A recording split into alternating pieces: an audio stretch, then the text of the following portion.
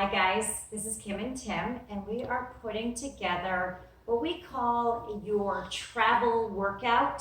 For some of you, over the next few months, the holidays are coming, you're going to either be away from the gym, at a hotel, maybe an Airbnb, wherever that may be, and you want to stay on task, but you might not have access to a gym.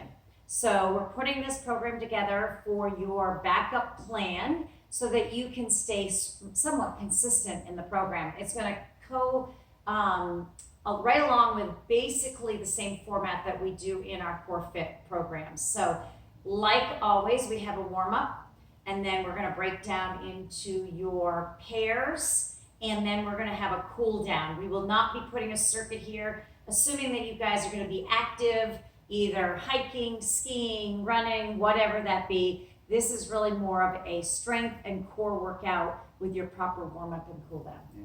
One thing you want to keep in mind, you may say, oh, I'm on the road and I don't have access to a gym, or I don't have access to a bike or Peloton or a treadmill, whatever it is.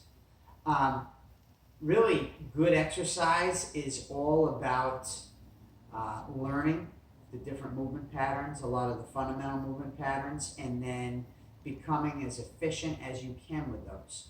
So yes, whatever we show you, even though, yeah, you're not going to be able to do it with external resistance, you're getting a lot out of it just if you're able to really learn these patterns and improve your form and do them consistently. I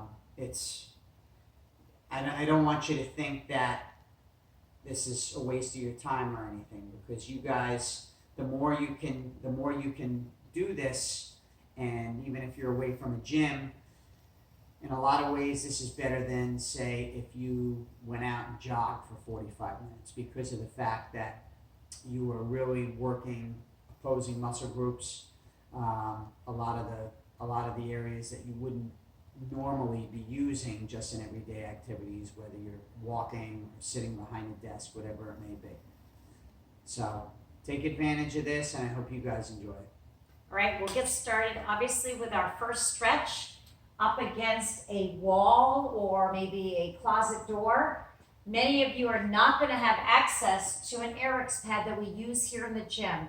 You're going to be either at a hotel room or an Airbnb, so just a basic pillow on the ground can work just the same way. The idea is you're just trying to give a little cushion to your knee. Why have you start with this stretch is, I don't think there's anybody out there who doesn't need more opening up of their anterior hip with the quad and the hip flexor there. Kim is going to make sure she has her ankle, knee, and hip lined up. The same side arm comes up to get more of a stretch in that lat area on that side. And obviously she's stretching, in this case, her left quad and hip flexor. You only want to hold it for about 15 seconds each leg in the beginning. We don't want long static stretches in the beginning. The research has shown you hold something for 30, 45 seconds, you're actually going to more or less put the muscle to sleep. All right, you're gonna really get the muscle more of a relaxed state, which is just the opposite of what you want if you are then trying to strength train where you need to generate force, power output. So you make sure you leave your long static stretches till the end of your workout. So like some of our one-on-one clients, some of our classes, the band walk is going to be different on day 1 and day 2, but we will show you both of those right now. You guys want to place that band midway up your lower leg.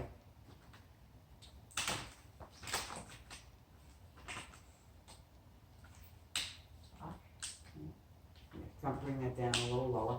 Yep. Day 1 is going to be more of a linear movement pattern. So Kim is going to make sure she has lateral tension on the band, hands on hips, and you're going to see she moves, you're going to be moving forwards. Okay? So she's moving forwards and backwards, but making sure she's getting abduction Okay, abduction meaning away from her body. You get that by keeping tension on the band to really open up, well, really try to turn on her glute medius muscles, the muscles primarily responsible for stabilizing the hips. But what I want Kim to keep in mind with this is try to keep the legs relatively straight, so more of the movement is coming from the hips and less from the knees, less knee dominant where you're getting those quads. We don't need to worry about activating those because those have plenty of use. You'll go about 10 steps forward. 10 steps forward, 10 steps back, 10 steps forward, 10 steps back on day 1. Day 2, same idea, but now east and west or left and right. So again, in this case, lateral tension of the band. Kim is making sure she stays on her heels. And in this case, in this direction, she's moving to her left. She's leading with her left foot. So one key, Kim, show them what you don't want where the feet come together. Yeah, you don't want that, okay? Because by doing that, you're releasing the time under tension. We want to keep that tension the whole time. 10 steps, 10 steps, 10 steps, 10 steps. From here, we'll move into some of our active warm-up stretches. Think of these guys as stretching with movement. The first one, a basic one, the high knee walk or knee to chest. Okay, we're getting well, first of all, we're activating the hip flexors, and we're also getting a mild stretch in the glute hamstring attachment there. Try to keep your torso as upright as you can. And then even to get some warm up in your plantar flexors and your ankles, you want to come up on the balls of your feet. How many do I do normally? Usually, based on space that you guys have, I'd like you to go 4 to 5 each leg. Right. From here, we have our one leg RDL walks, okay, or AKA inverted hamstring. This is all about hinging, okay? This is, first of all, this is great because you're turning on all the stabilizer muscles on the support leg. Obviously, she's getting a stretch in that hamstring. And your cues here are, you want to raise the back leg, lower the torso until you're pretty much parallel to the ground. But it's all about you hinging, okay? And in order to keep that stability, I want you guys to think that rear leg, contract that rear leg glute. Kind of counterintuitive, the higher you can raise that rear leg, the better your balance is going to be. All right? And I also have Kim, you saw she went like this. This is good just because you can then open up there, a little bit of a chest opener, but also go into that scapular retraction to pre-activate the shoulder blades. From here, we have usually everybody's personal favorites because sometimes it seems like a workout in and of itself. Inchworms. You're going to go, Kim's going to go 5 of these. The key points with these are, you saw she walked her hands out to the point that she got to really the top of a push-up position. From there, she's going to take small steps and walk her feet up only until she has reached the end range of motion in the hamstrings, meaning where she feels that she has to start to bend at the knee. That is her cue to walk the hands again. So you talk about a bang for your buck warm-up exercise. Kim is turning on everything from her shoulder stabilizers right down to her Achilles. Meanwhile, also getting good activation in her anterior core stabilizers. Last one. And we finish it, same idea as when I had you guys take a knee in the beginning. It's going to be a forward lunge.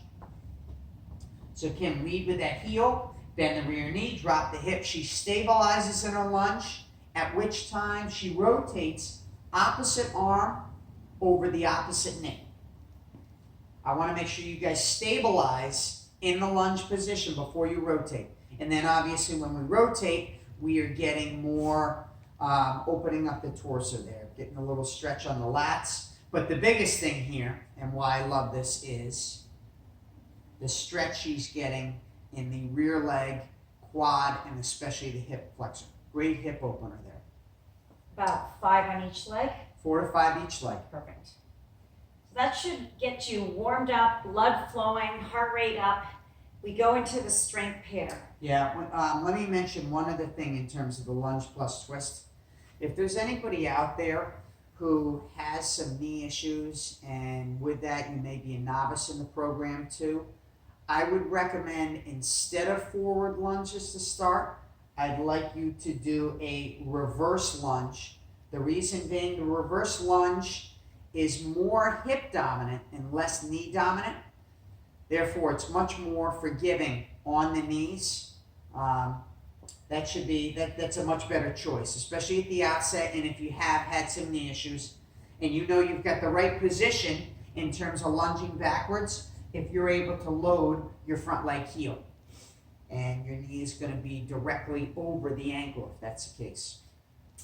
So we're going to give you 2 workouts. And for those of you that have been with us long enough, we have what we call a day 1 and a day 2, or we have a pair 1 and a pair 2. You'll go through all of the pair 1, and then you can do the pair 2, and then maybe a few days later you can do the same basic workout.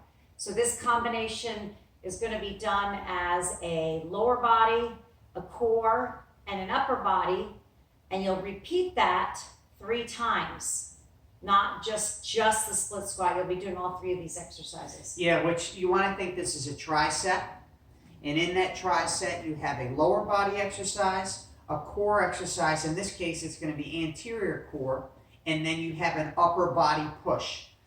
This is a way, whether it's my one-on-one clients, people in our group training, this is a great way to train because you're making much better use of time, much more time efficient. Think of density.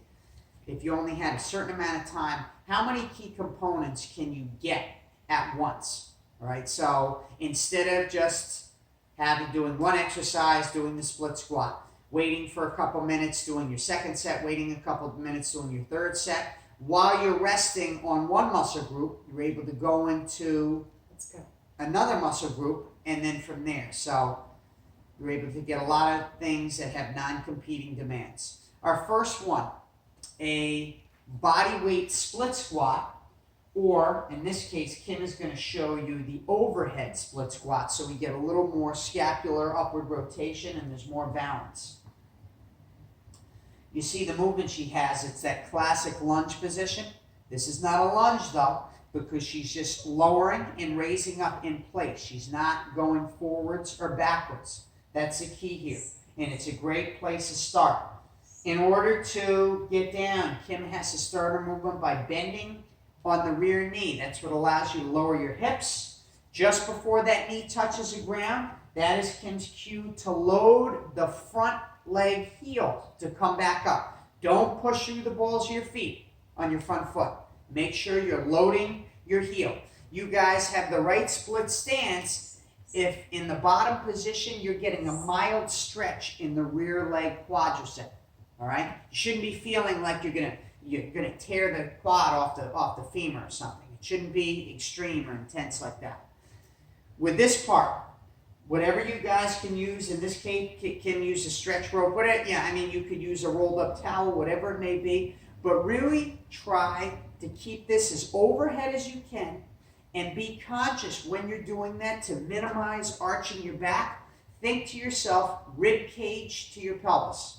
Okay, obviously you can't bring those two together, but if you think about that cue, rib cage to your pelvis, you draw in and there's less of intense, extreme lumbar extension. So you'll do a set of 8 on the right, 8 on the left. Then you'll go to this core exercise, which is the front bridge. I'm just going to give you guys this one. This is how you take a basic exercise, one of the most basic out there, and make it a little bit more challenging because we have a little less instability. Kim is in her bridge position, and then I call this the front bridge with side to side. She is moving east and west, left and right, through her shoulders, not her hips, okay? And with that extra movement, it creates a little bit more stress in those deep internal stabilizing muscles in the anterior core. Just make sure, guys, the shoulder joint is directly over the elbow. You're not back this way. You're not up too forward, okay? And you shouldn't be going really fast with it. Just slow, controlled movement left and right.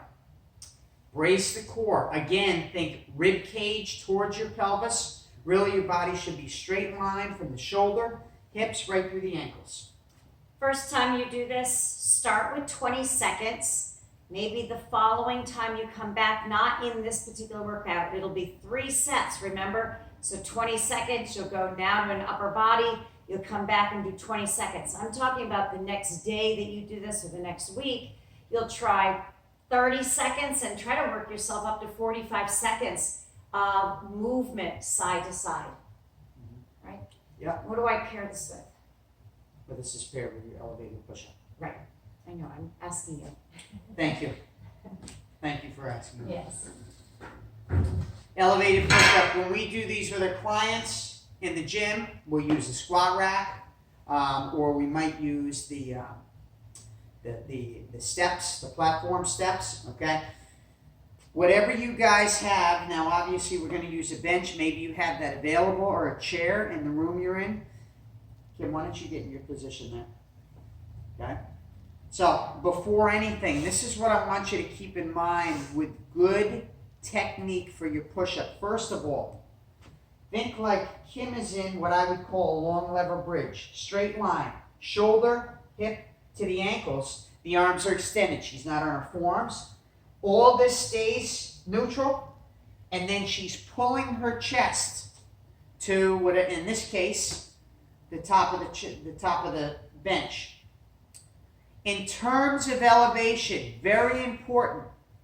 I want you guys to use an elevation that allows you to get a full range of motion like this. Not this. That's not good. If you can only go to there, that's telling me you don't have enough of an elevation, okay?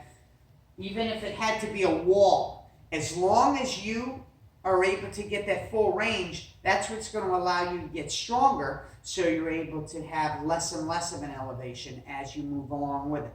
It could be a counter, it could be a dresser, it could be a kitchen table. Keep working yourself down, but you want to be able to get all 8 of them and feel like maybe 6, 7, and 8 are challenging, but you're able to get them all. If you're struggling at number 4, then clearly you need to go to a higher elevation. And this is another piece that is going to be key in terms of keeping you guys in check with what the elevation is. Somebody might say, oh, you know what, I can do those off the floor. And they get on the floor, and their hands are out in front of their shoulders, and they're coming down, and those elbows are like this. That's not doing anything but giving you guys shoulder issues, okay? The place you want to be, you want your shoulders slightly out in front of your hands, because if that's the case, my hands are really directly over my chest, which is where my power position is.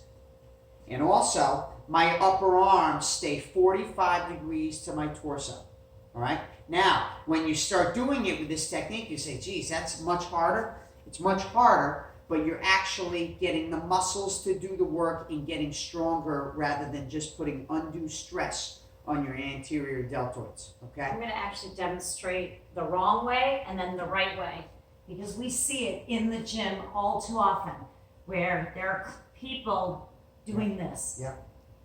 Because that appears, that's your body's natural way to create compensatory movement just to get through the actual movement, whatever the stimulus is, all right? But a situation like that, you have to be on top of your game enough to know, wait a second, how do I regress this exercise to make sure that I have good technique? And then from there, I can work on good habits to then ultimately get better. In a perfect push-up, hands are more under those shoulders, elbows are going, like Tim said, slightly behind me or at 45 degrees, and only at the floor. If you can get all the way down and press all the way up in one clean motion, all the way down and all the way up. And I'm even finding that challenging. Yeah. But what I would recommend right here is to actually pause the video so that you can go back and finish 2 more sets of what we just did. So you're gonna do the split squat, 8 and 8. You're gonna do the front bridge, 20 seconds. You're gonna do the push-up and repeat it one more time to then now restart the video because we're gonna show you what comes after that. One other point on the push-ups before we move ahead. Some of you may say, oh, you know what? I can do from the floor. I just have to have my knees on the ground. No. A push-up done well is actually a very good anterior core stability exercise. You have your knees on the floor, you're not getting any of that, okay? I would rather have you elevated where everything is in a straight line and you work from there. So our pair 2, second round of strength program, is now going to be a reverse lunge with a row. So we're going to recommend that you get a tubing and wrap it around either a door handle or anything that you can find in a door jamb. And I'm going to have enough tension in it with my arms straight so that I know I'm going to get a good rowing action. I'm going to step back with one leg. So Kim's moving into a reverse lunge. She stabilizes in the lunge first, and then she goes into a rowing position, right? Don't do both simultaneously. Don't start to row as you're going down. Okay, you're going to get much more out of it if you stabilize in the lunge first, okay, and then you row.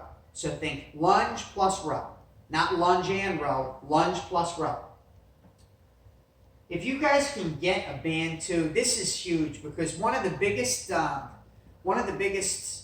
issues in terms of people trying to do workouts on the road, if it's in a room, yeah, you can do the push exercise with push-ups, but it's like, how do we complement that with a good pulling exercise? How the hell do you pull? That's how you do it, okay? And furthermore, we can make it more of a compound movement so you're getting a lot more out of it. You're using a lower body exercise while you're doing it, while you're getting your rowing movement. So I would do 8 on my right and then go 8 on my left. So you're getting a good 16 pulls. And then we're going to pair it up with... Yep. One other thing before that, this is a very big cue. You guys step into your lunge and row. Then I want you to think you are going to pull through your front heel to come back to neutral, and then you go on your opposite side. Pulling through your front heel is key to making sure that you are recruiting your glutes and your hamstrings, making that movement like we talked about before, hip dominant and not knee dominant. I don't want you guys pulling through or coming back to neutral by coming up on the balls of your feet, so keep that in mind. For our core exercise, you're going to take it all the way to the ground. Yeah. And we're going to suggest that you bring a tennis ball around, with you. Yeah. Now, this exercise actually that Kim's going to demonstrate, this could be done without a ball. Trust me though, you try it with the ball and then without it, you're going to say, wow, much harder with the ball. So first of all, Kim, show me where you've got this ball. You've got that. She has it right at the base of her rib cage. If you guys are trying to lock that in your groin, it's defeating the purpose, and you'll see why. So she's got it base of her rib cage, and then with both hands, she really tries to tuck that knee to her chest to make sure the ball does not slip out. And then on the opposite leg, loading that, in this case, her left heel, she is trying to bridge up as high as she can. You guys will notice, it's like, wow, I'm hardly coming off the floor at all. Why is that? Because as long as you have the one hip flexed like she does, it doesn't allow you to use your lumbar extensors, your lower back, to assist you. It is isolating the glute muscle. I fully expect you guys to have minimal range of motion coming up and down. Just make sure you are loading that heel. So you will go 8 each side in week 1, 10 each week 2, 12 each week 3. What I like too, have just a little pause. Pause for like a second at the top so you really emphasize that contraction in the glute. And also make sure vertical hip movement, down, up, down, up. You don't want to get in the habit like you're pushing your whole body back, loading that heel. And that's paired up with, This is, it's based off what you guys did in the warm-up exercise. The one leg RDL with a reach, okay? With my clients in the gym, we use a medicine ball. You're probably not going to have that available. You can take the stretch rope. Hopefully you guys will have that. Take anything that you can reach forward with. Again, it could be a rolled up towel. But what Kim is doing is she's going into that hip hinge like we did during the warm-ups and then reaching directly out with that apparatus. So again, we can go into some of that, even though her body in this case is more horizontal to the ground. We can go into that, what would be, if it was vertical, that upward rotation, where we start to elevate those shoulder blades.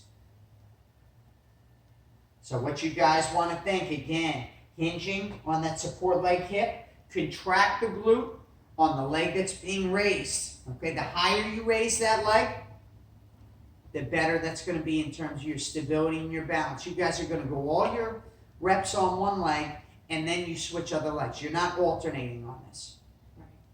and then again, you're gonna pause here and then do this tricep. So remember, it is the band around the doorway, reverse lunge, alternating, then a row position. You'll go back to lying on the ground with the tennis ball and doing the Cook hip lift. And then the third is this reach. RDL with the reach. Right. And RDL with the towel reach, you could call it. Yeah. And you'll do that 3 times. Okay. And so from here, we suggest that you, after you finish that up, turn the video back on, and we're going to show you your cool downs. There are 4 cool downs. They are perfect for just about everyone, especially if you do a lot of sitting or if you have a lot of tight hips. First one is child's pose. Now, a lot of people love this just because they feel like, wow, it's really opening up the lumbar area. What Kim is going to show you, though, what's great about this, we're really getting a great active stretch in the lats, and even those triceps, you'll feel it there. But what she does, she rotates. She started on her left side. She's going to come to the middle. She's going to come all the way over to the right. You know, maybe you could hold each position there 15 seconds, but this is a great one. Great opener for that upper body. After that, that's actually our only one where we are not using a wall. But after that, I'm going to have Kim sit up against the wall. And I tell her, like I tell all my clients, to make sure you are as upright against the wall as you can be. She is going to Figure 4. Yeah, we're going to go figure 4. So, no, don't do it yet. What's that? This, okay, so this is what I would tell people to do. Sit right up, as upright against the wall as you can, and have this leg straight. And then cross over, okay? And then start to bend at that knee only until you start to feel the stretch, in this case, in that right leg hip rotator, okay? What's great about the wall, you can't cheat the wall. As long as you're really sitting upright on these, it's really going to target that muscle group that you're trying to get that stretch on. Again, each side, 15 seconds or 20 seconds. The hardest part is actually trying to bring that straight leg up and try to bend it, which really activates that hip, and trying to keep that knee down. Yeah, you can just very subtly press down on that knee, on the bent leg there, the stretching leg, and you'll get a little bit more. And the key, again, like Tim mentioned, is trying to stay as close, even have your back pressed against, and you can't cheat. Yeah, that's right. From here, we're going to go into now more for the groin, a butterfly stretch, and now getting some shoulder work. So what Kim does, she puts the soles of her feet together. Obvious, of course, she's sitting upright, and this is just static, okay? She wants to have her arms out, 90-degree angle at the elbow, coming straight out from the shoulder joint. she's trying to, as best as she can, firmly press her elbows and her wrists into the wall. Okay? And pinch those shoulder blades together. These right here, internal rotators, these get so tight from sitting behind a desk, jogging outside, walking outside, whatever it is. There's so much motion here. Swimming. Okay? You do this, you go into external rotation, similar to the hip flexors we talked about in the beginning. This is an area every human being out there can't get enough of that stretch to go into external rotation. And like how we started, we finish with the knee on your pillow. Yep. And leg out in front, same arm up. Yeah. You And might maybe even find it- hold it for a little longer than you did in the beginning. But you guys notice how what we started with, you finished with. Why? Because these hip flexors, from all the sitting that people do nowadays and the jobs and other things, we tend to be so tight in this area. And this area in the front, believe it or not, is directly linked to a lot of issues in your lumbar area, your low back area, because there's 22, these psoas muscles, hip flexor muscles have 22 attachment points in your lumbar spine. So these get really tight, it's going to create a lot of stress here, a lot of tightness, possibly, lead you to throw out your back. So make sure you guys always finish with that so we get a nice resting length in those hip flexor muscles. So basically, super light, I don't even think this weighs more than 3 pounds. You will need a band, a tennis ball, a super band, and then maybe a stretch rope, because you can always use that for other stretching exercises. Super easy and a full body workout. There you have it. There you have it. Thanks again, guys, and let us know how you did with it. Good luck.